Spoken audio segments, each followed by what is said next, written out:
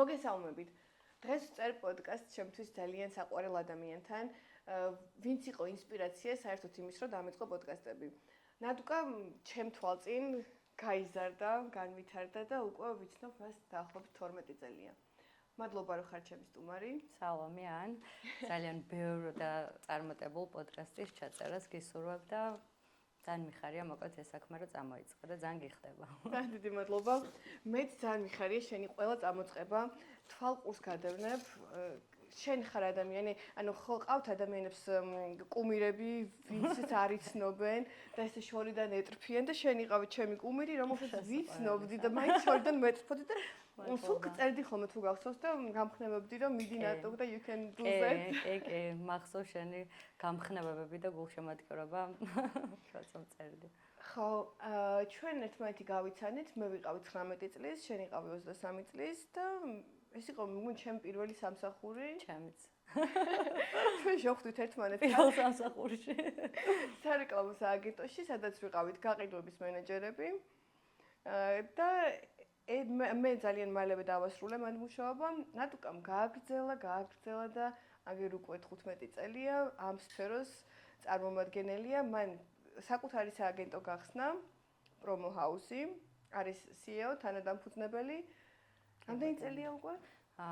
წელს უკვე მე-8 წელი არის, რაც ბაზარზე ვართ. მოდი დავიწყოთ სულ თავიდან. 23 წლის გოგო, მოყევი შენი პირველი როგორ მოხვდი გასაუბრებაზე? ხო, ეგ ძალიან ისეთი არის ამ გადმოსახედიდან ძალიან საყვარელი ისტორია არის. სულ შემთხვევით გავყევი ჩემ ორ მეგობარს გასაუბრებაზე და მახსოვს ჩემმა ყოფილმა უფროსმა ესე თავი გამოყო და იკითხა ვინ იცდისო და ნუ მე გავიცანით ერთმანეთი და შემთავაზე სამსახურის დაწყება. საერთოდ სრულიად გამოუცდელი ვიყავი და ჩემთვის, რა ვიცი, ძალიან კარგი წინადადება იყო, რა თქმა უნდა, დავთანხმდი და ნუ მეორე დღესვე დავიწყე სარეკლამო სფეროში მოღვაწეობა. შენ პარალელურად სწავლობდი, ხო? მაგ დროისთვის არა, უკვე დამთავრებული მქონდა.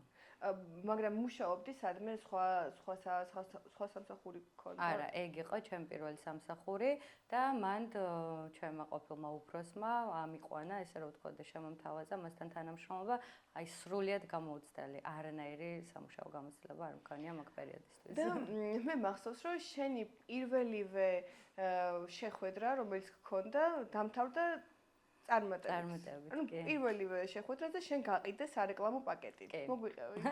ეს ძალიან არ ვიცი, სასოციალო იყო, იმიტომ რომ შეხვედრაზე რო წავედი, აი წარმოიდგინე რაღაც პროდუქტებს ყიდი, ოღონდ საერთოდ არ იცი, მნიშვნელობა იყო რაღაც ტერმინები, რაც საერთოდ არ მესმოდა და ნუ შეხვედრაზე არ ვიცი როგორ რა მოხდა, როგორ გავიტანე, როგორი პრეზენტაცია გავაკეთე და მოხდა ისე მახსოვს ზუსტად ერთ-ერთი ტურისტული კომპანია იყო, სახელიც მახსოვს Voyage ტური. ესე ერქვა და მან ვიყავი მოკლედ შეხვედრაზე და კი, მოკლედ წამოვიღე დადასტურებული რაღაც slidebox-ი და ბანერი. და რამდენი გამოიმუშაოთ? ხო, სხვათა შორის ეგ იყო ჩემი პირველი ხელფასი 300 ლარი. პირველივე დილზე რომ 300 ლარი გამოიმუშაო, ძალიან კაია, იმიტომ რომ თბილისში ხა მაშინ ქონდა თვეში 300 ლარი, ხო? კი, ხო, მაშინ რაღაცა უფრო ისეთი თანხა. როდის მივხვდი რომ ეს იყო შენი სფერო, რომელშიც გინდოდა რომ გაგიტარებინა ბევრი წელი? სხვათა შორის თითქოს პირველივე დღეებში, თუმცა პირველი თვეები ძალიან ქაოტური იყო, იმიტომ რომ რეალურად მივედი სფეროში, რომელიც საერთოდ არ იყო ჩემთვის ნაცნობი, თუმცა ძალიან მომწონდა ეგ ყველაფერი, რაც ხდებოდა ადამიანებთან კომუნიკაცია, ეს რაღაც მრავალფეროვნება, ნუ სარეკლამო ისეთი ტიპი არის რა, ზოგადად ძალიან მრავალფეროვანი და მით უმეტეს ჩვენც ბევრი სერვისი გქონდა და აქედან გამომდინარე რაღაცნაირად ჩემი აღმოჩნდა. რა იყო შენი მთავარი გაყიდვების დროს რა ტექნიკებს იყენებდი? გაგვიზიარე ცოტა. ესე რა ტექნიკებს არ ვიცი, იდეაში ალბათ მთელი გულით ვინდომებდი და ეგ იყო ის მთავარი რაღაც ინდიკატორი, რითაც ამას ვახერხებდი. შენი beauty privilege? არ ვიცი, შეიძლება ესაც რაღაც როლს თამაშობდა. მე მახსოვს შენ არასდროს იყავი ხოლმე ჩართული კორპორატიულებზე, როცა ჩვენ მივდიოდით გასართობად, შენ მიდიოდი სახლში. შენ გათხოვდი ძალიან პატარა. კი. 18 წლის გახდი, მეორე დღეს გათხოვდი კი, რა კარგად გახსოვს. კი ბატონო, ესე იყო. და მყავდა ოჯახი. როგორ უთავსებდი ოჯახს და კარიერას? რაღაცნაირად ვაბალანსებდი, სამსახურის დრო იყო სამსახურის დრო და შემდეგ უკვე ოჯახის დრო, საღამოს სამსახურის შემდეგ. ხელი არ შეუშლიანო ერთმანეთისთვის.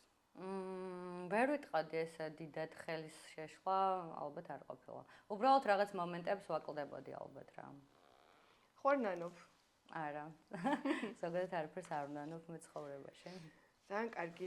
რამდენი წელი იმუშავე სააგენტოში, სადაც მე მალევე წამოვედი და აღარ მახსოვს რა ხდებოდა?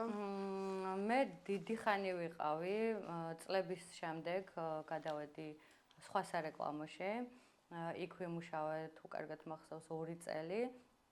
და შემდეგ ჩემ ძველ სამსახურში დავბრუნდი, ახალი ოფერით დამხვდა ჩემი ყოფილი უფროსი, რაზეც დავთანხმდი და საკმაოდ წარმატებული გამოდგა ის პროექტი, რაზეც დავთანხმდი. ეს იყო პრომოაქსესუარების იმპორტი საქართველოში. რაც მაშინ მაგ დროისთვის, ანუ ბევრ სარეკლამოს არ ჰქონდა, იყო რამოდენიმე შემომტანი. თქვენ იყავთ საზღვარგარეთ ხო რაღაც? კი, ძალიან ხშირად დავდიოდი ხოლმე სტამბოლში გამოფენებზე, სარეკლამოების გამოფენაზე, დიდ დროს ვატარებდი იქ, ვიცნობდი და ვიმეგობრებდი ახალ პარტნიორებს და ნუ შესაბამისად ესე მიმოსვლა მქონდა. როდის გადაწყვიტა ნატუკამ, რომ უკვე იყო მზად, უკვე დაიღალა მოძველებული მეთოდებით მუშაობით და მოგვიყევი? კი ბატონო. ეს იყო 7 წლის წინ. როცა გადავწყვიტეთ მე და ჩემმა პარტნიორმა დღესდღეობით ვისაც გვაქვს პრომოჰაუსი, მე და თეკლას მუშაობდა ჩემთან ერთად რამოდენიმე წელი. მან გადავაბარა იმპორტის მიმართულება და ისევ გაყიდვებს დავუბრუნდი. შესაბამისად, თეკლაც უკვე საკმაოდ კარგი იმპორტი იყო. და რამ გადამაწყვეტინა ალბათ ხო? ნატუკ, მინდა რომ ერთ ფაქტს გავუსვა ხაზი. შენ უყოფდი შენ რესურსებს თეკლას იმისთვის რომ შენთან ემუშავა მას, რადგან შენ უკვე მარტო ვეღარ აუდიოდი. კი, ნამდვილად ესე იყო, ვეღარ აუდიოდი იმ საქმიანობას, იმიტომ რომ ძალიან ბევრი მენეჯერი გვყავდა, რომლებსაც სჭირდებოდა ჩაკვეთების დამუშავება იმპორტის მიმართულებით. ასევე ვითავსებდი გაყიდვებს, პროექტ მენეჯერი ვიყავი ჩემ კომპანიებთან და ხო, რაღაცა ესეთი სტრატეგია შევიმუშავე, იმიტომ რომ მე მჭირდებოდა რეალურად და მასაც ძალიან მოსწონდა იქ ყოფნა და ანუ ხვდებით რა ხდება, როცა ლიდერი ხედავს, რომ მას სჭირდება ადამიანური რესურსი, მას არ ენანება თავისი შემოსავლების გაყოფა იმისთვის, რომ საქმე უფრო მეტად პროდუქტიული გამოვიდეს. შემდეგ შენ გადაწყვიტე, რომ დროა? შემდეგ ჩვენ გადავწყვიტეთ, მე და თეკლამ გადავწყვიტეთ, რომ გაგვეკეთებინა ჩვენი სარეკლამო კომპანია. ჩვენ გვქონდა ჩვენი ხედვები, დასავლური ხედვები, გუნდის ჩამოყალიბება გვინდოდა ვერტიკალების გარეშე და რაღაცნაირად ერთი სულის კვეთება. მოკლედ იყო რაღაცები, რაც რა თქმა უნდა წამოვიღეს სხვადასხვა სარეკლამოში, რაც მომწონდა. და იყო რაღაც მომენტები, გვინდოდა ჩვენებური სარეკლამო კომპანია გაგვეკეთებინა და ვფიქრობ, რომ უფრო თანამედროვე სტანდარტები. ხო, აი რაღაცა კი, უფრო თანამედროვე სტანდარტები. და შენ ურეკავ თეკლას და ეუბნებ, თეკლა 75 ლარი გაქვს? კი, ნამდვილად ესე იყო, 75 ლარის ამბავი იყო და დაარეგისტრეთ კი, 2017 წლის 29 დეკემბერს წავედით იუსტიციაში და დავარეგისტრირეთ ჩვენი კომპანია. ხედავთ მეგობრებო, ხანდახან საერთოდ არ გჭირდებათ ბევრი ფული იმისთვის, რომ დაიწყოთ საქმე, ხო არის ნატუკ ეგრე? კი. თავარია შემართება, მონდომება და სურვილი იმ ყველაფრის, რაც გაქვს მიზნად.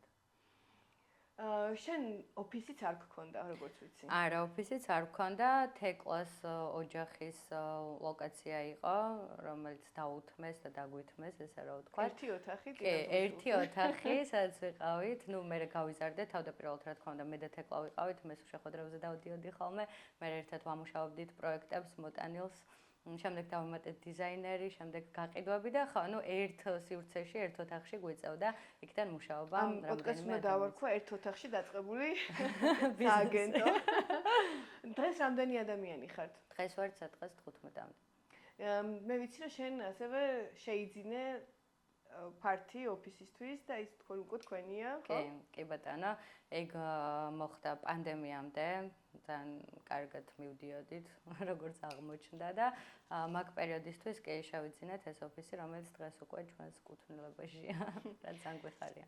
ძალიან მაგარია. ვინც არიცით, მინდა გითხრათ, რომ საქართველოში შეიძლება ესე 20 რამდენი წელი იყავი, როცა გახსენი პრომო ჰაუსი? ერთი წამით. 35-ის ვარ ხო? ანუ 7 წელი გამოვყავთ 28-ის? 8-ის ხო. 28-ის.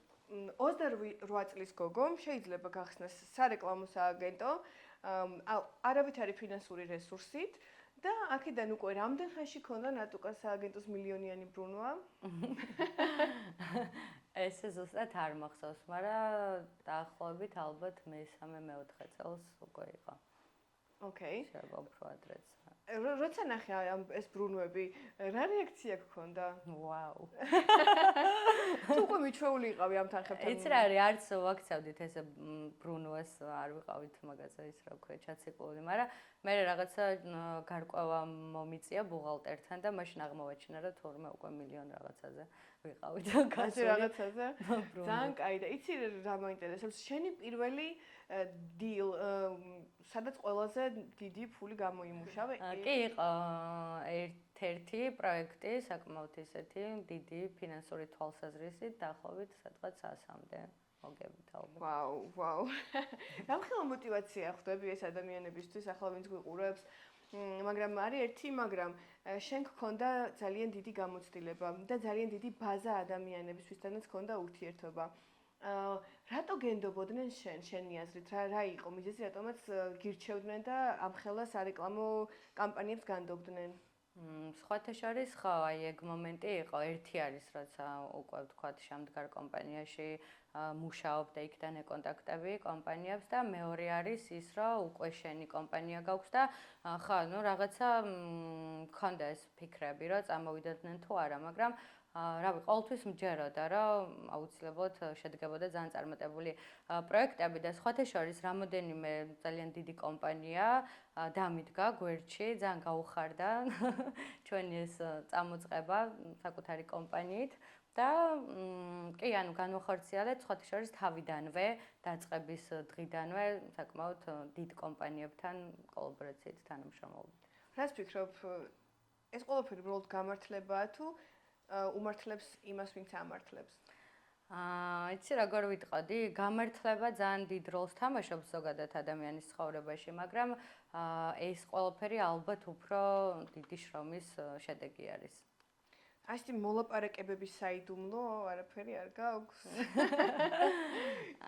მოლაპარაკების საიდუმლო ესე არ ვიცი, რა უნდა გითხრა. უბრალოდ იყო გულწრფელი, რასაც აკეთებ, გქონდეს და გჯეროდეს შენ თვითონ, როგორც აკეთებ და შეასრულებ და ნუ აქედან გამომდინარე, ალბათ უფრო საკუთარი თავის რწმენა. საკუთარი თავის რწმენა, რა უმაღლებთ როგორ უმაღლდებათ ადამიანებს საკუთარი თავის მიმართ რწმენა, შენი აზრით? ალბათ პატარ-პატარა წარმატებები და პატარ-პატარა დაბრკოლებებზე გამარჯვებები არის мотиваცია, ჩემი აზრით. მიხარია რომ მაგას ამბობ, იმიტომ რომ პატარა ამბები არის უფრო მნიშვნელოვანი, სანამ მნიშვნელოვანია, კი, ნამდვილად. როგორ მიმდინარეობს ამასობაში პირადი ცხოვრება? ამასობაში პირადი ცხოვრება დაპაუზებული არის, იმიტომ რომ ეხლა ძალიან ესეთი მნიშვნელოვანი გადაწყვეტილება მივიღეთ. 20-24 წლის ბოლოს მქონდა რაღაცა გარდამტეხი პერიოდი თითქოს, კარგია ეს პრომო ჰაუსი, გადასარევი არის, მაგრამ აი რაღაც ინსაიტი მქონდა და თითქოს აი ახალი რაღაც გინდა რომ გააკეთო, ახალში რო იყო რა, თან რაღაცნაირად ამის რესურსი და ენერგია ვგრძნობ რომ მაქვს და თითქოს ამოწურე უკვე?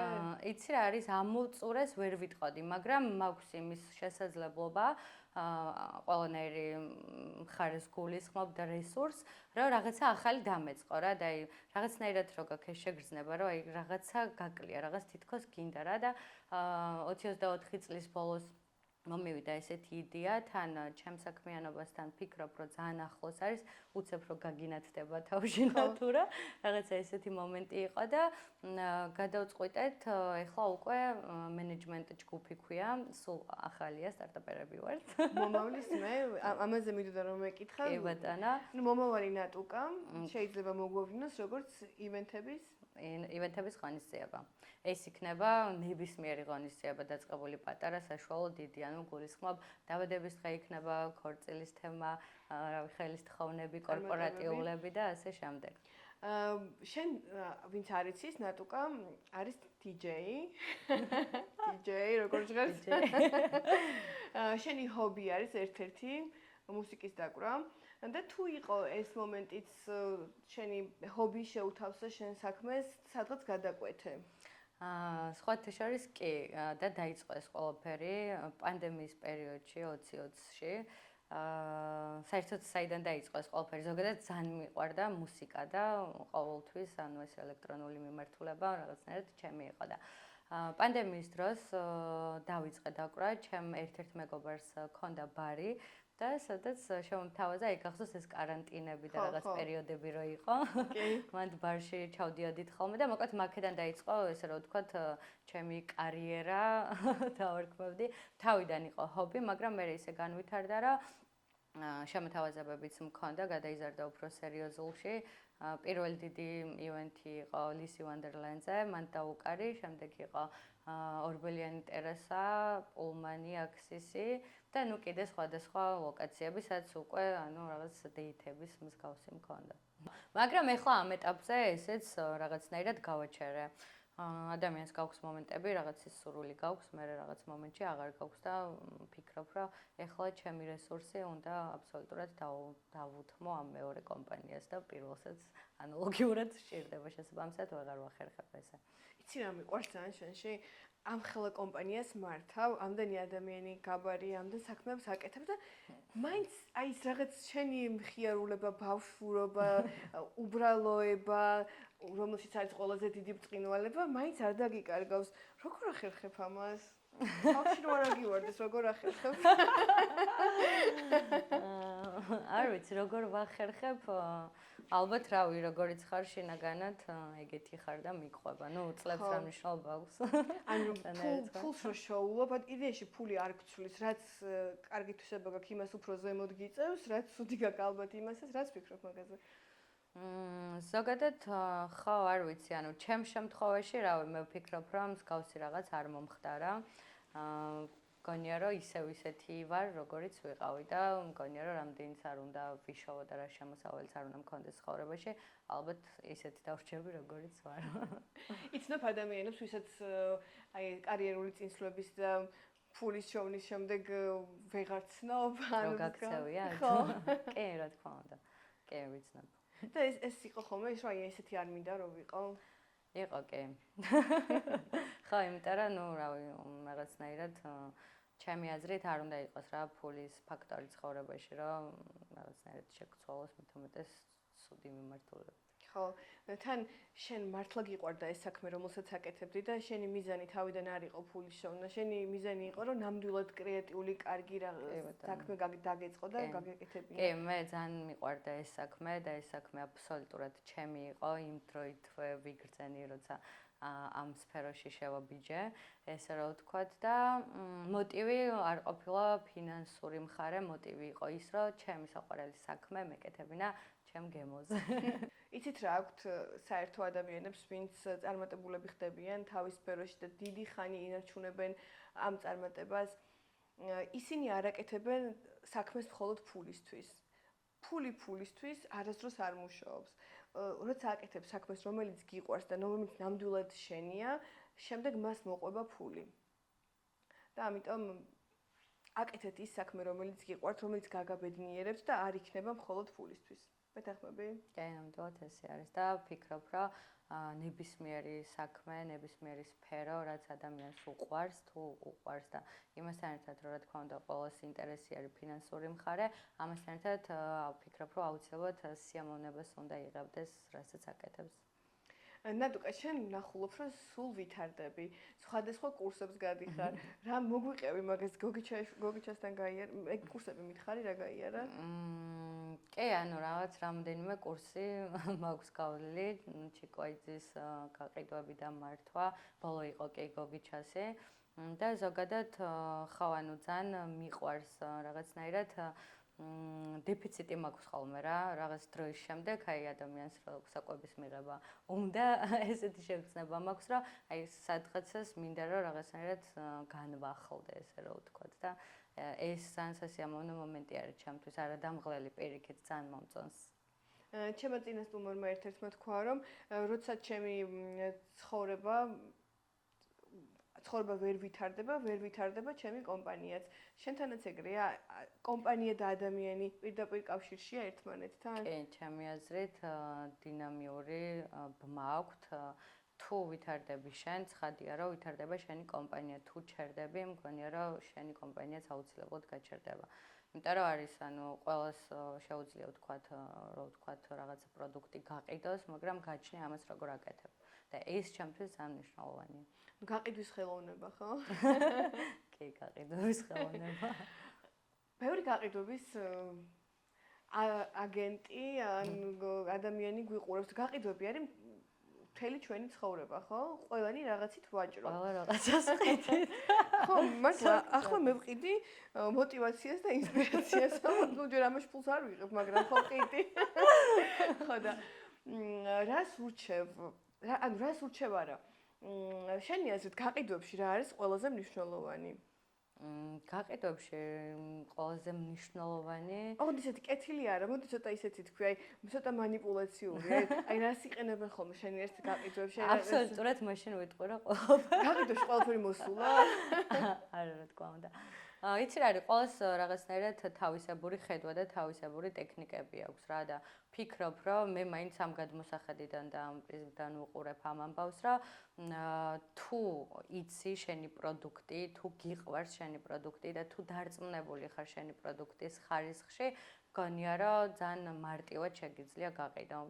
არა, მე გულისხმობ აი ემოციურ თამაშებს. აი მიდიხარ და აკვირდები, ვისაც უნდა მიყიდო შენი პროდუქტი. იცი რა არის, მაგ შემთხვევაში ხო რაღაცნაირად შეხვედრისთვის აუცილებლად უნდა მოემზადო.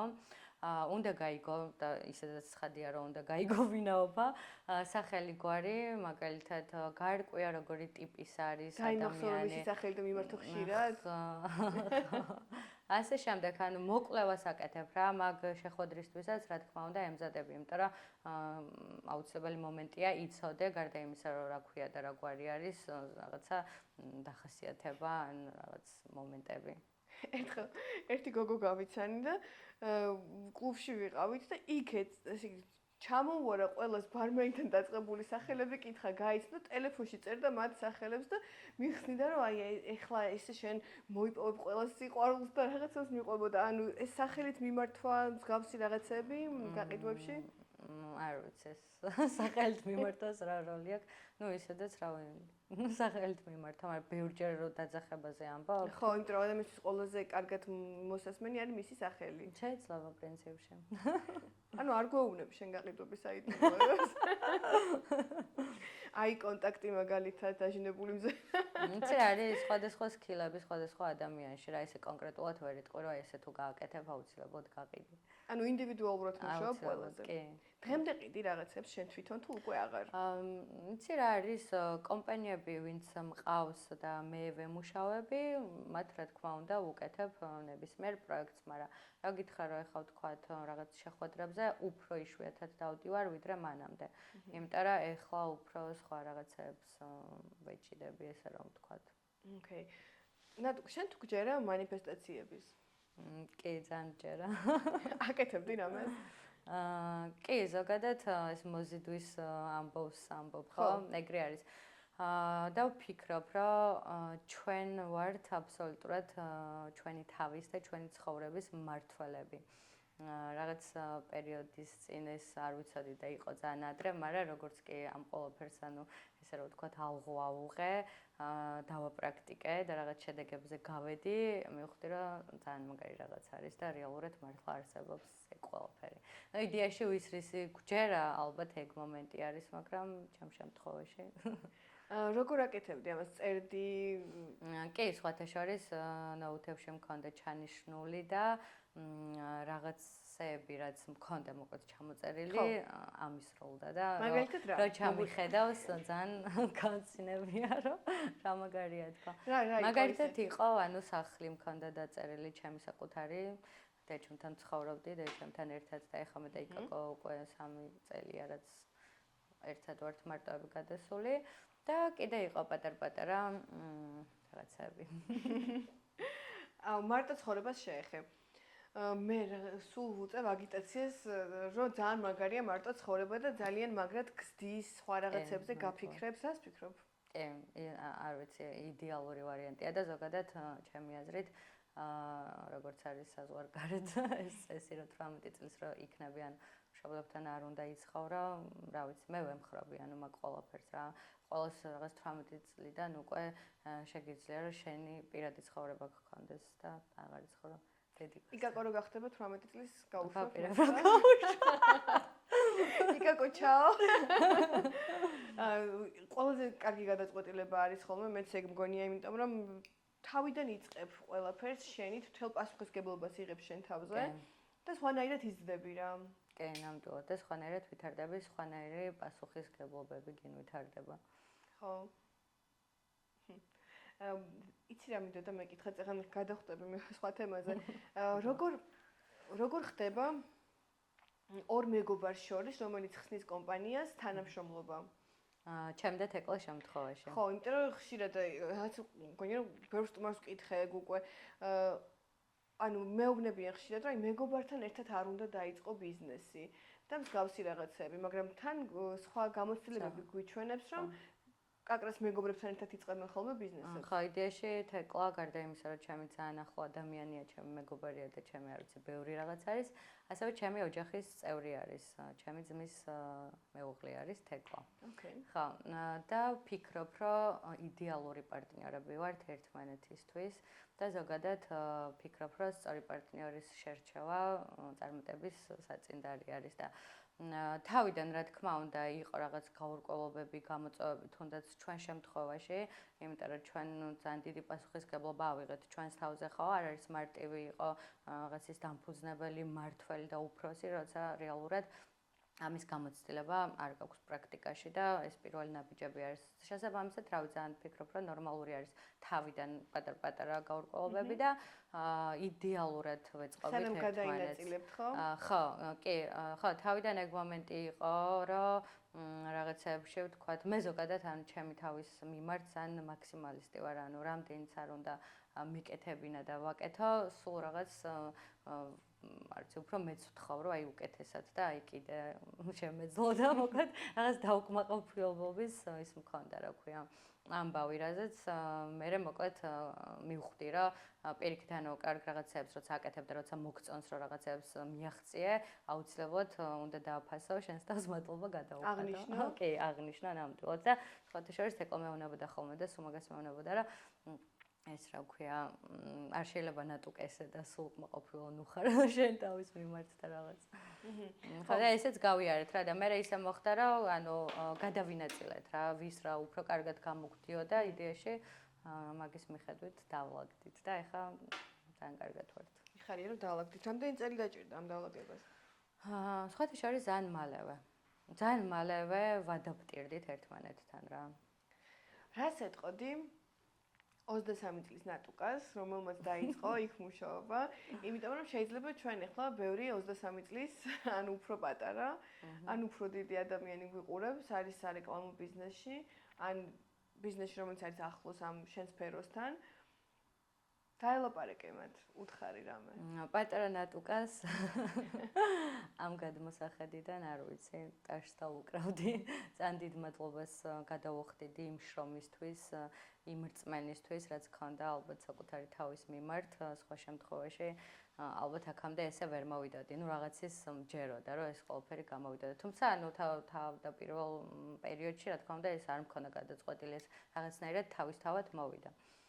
დავეტყოდი ადამიანებს, ვინც თქვათ კარიერას იწყებს და ამ ეტაპზე არის საით წავიდეს, როგორ წავიდეს ფიქრობს, პირველ რიგში ძალიან მნიშვნელოვანი არის და მგონია რომ 50%-ით უკვე შესრულებული გაქვს, თუ იცი რა გინდა. ანუ ეს არის ძალიან მნიშვნელოვანი და შემდეგ უკვე დაისახო მიზნად და მაქსიმალურად დაიხარჯო აბსოლუტურად შენი მიზნისკენ მიმავალ გზაზე.